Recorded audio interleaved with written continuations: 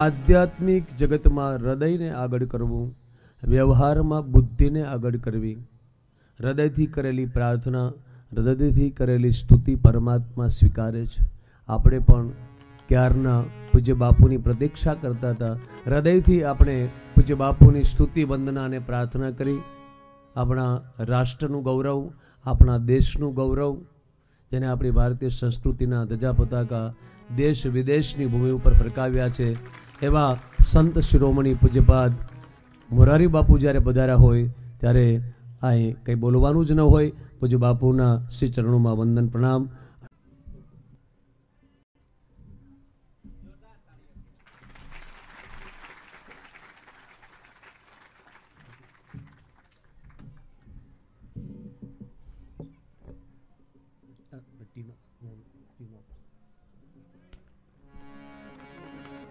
श्री रामचंद्रम शरणं प्रपद्ये।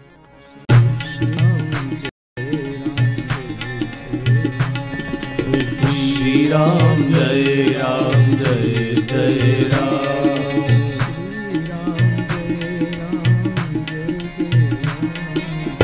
श्री राम जय राम जय जय राम।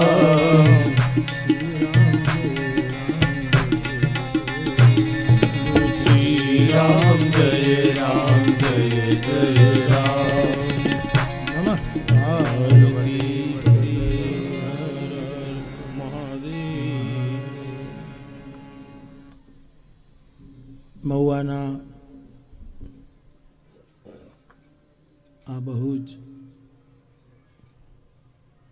મહત્વના ધર્મસ્થાનમાં વિરાજતા સૌ દેવોને પ્રણામ.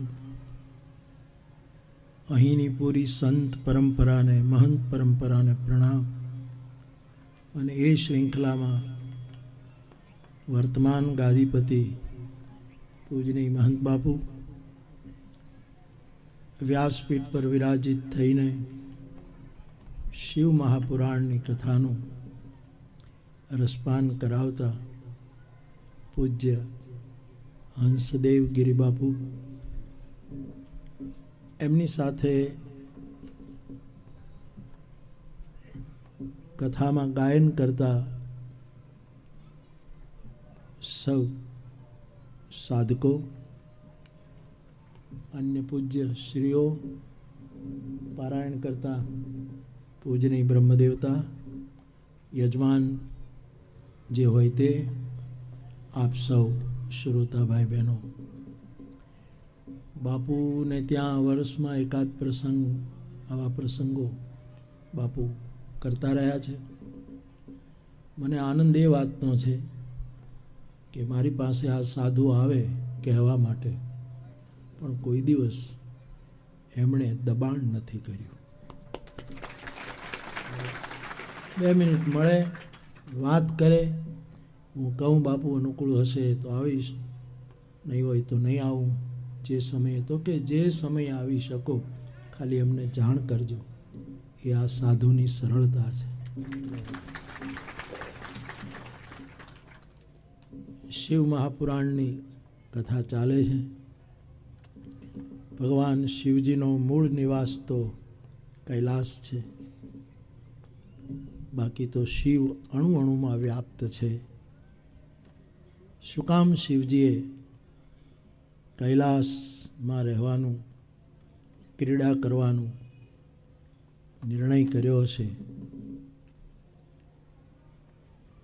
કૈલાસમાં બધી જ વસ્તુ સમાયેલી છે, પણ 3 વસ્તુ આપણી આંખે વળગે ઉડીને એવી છે. એક તો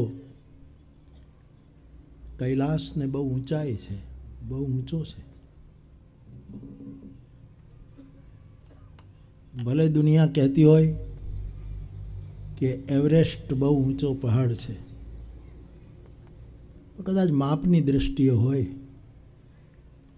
પણ જેને પામી ન શકાય એવી ઊંચાઈ એવરેસ્ટની નથી.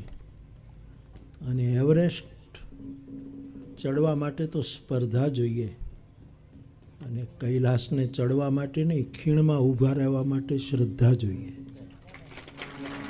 એટલે કૈલાસ સમગ્ર વિશ્વની શ્રદ્ધાનું કેન્દ્ર છે. શું કામ મહાદેવ ત્યાં વસે છે?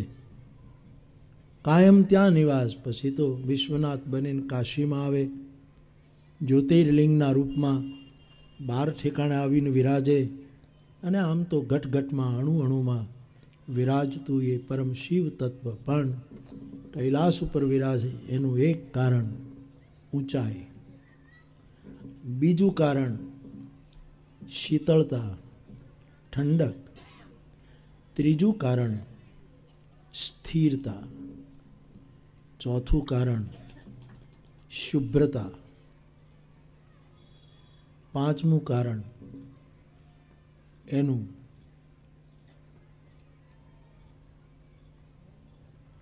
દરેકને ટોચ ઉપર બેસીને એ ત્રિલોચન જોઈ શકે, એ પાંચમું કારણ. બાપ, આપણે ઘરે આપણામાં પણ અવ્યક્ત રૂપે, સાક્ષી રૂપે તો શિવ વસે જ છે.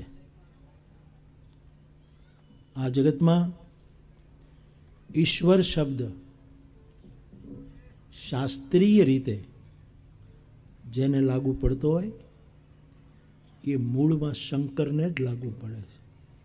ભગવાન શબ્દ બધાને લાગુ પડે છે, પણ ઈશ્વર શિવ તત્વનો પર્યાય છે. પછી તો આપણે બધાને ઈશ્વર કહીએ, પણ આપણા ઘરમાં, આપણા સમાજમાં, ઇવન આપણામાં પણ જો જીવનની ઊંચાઈ હશે,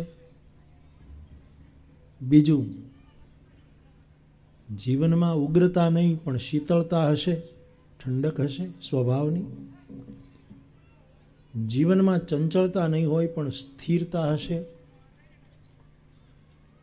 જીવનમાં શુભ્રતા, સફેદી હશે, એટલે કે નિર્મળ જીવન હશે, અને એ ઊંચાઈને કારણે છેક છેવાડે બેઠેલો માણસ પણ જો આપણને દેખાતો હશે તો આપણા હૈયાને પણ શંકર કૈલાસ બનાવી શકે, કૈલાસ માનીને ત્યાં નિવાસ કરી શકે એવા પ્રભુ સમરથ સર્વજ્ઞ શિવ સકલ કલા ગુણધામ જોગ જ્ઞાન વૈરાગ્ય નિધિ પ્રણત કલ્પ તરુનામ. આમ કહીને જે સદા શિવને ગોસ્વામીજીએ રામચરિતમાનસમાં ગાયા છે એ ભગવાન મહાદેવની કથાનું પાન આપ સૌ કરી રહ્યા છો.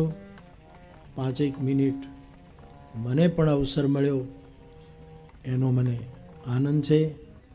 બાપુના સર્વજન હિતાય સર્વજન સુખાય આ સત્કર્મને સાધુવાદ. પૂજ્ય બાપુ કથા કહેવા માટે આવ્યા, એમને અને વ્યાસપીઠને મારા પ્રણામ. આપ સૌને નમન. મારી પ્રસન્નતા વ્યક્ત કરીને હું વિદાય લઈશ. જય સિયારામ.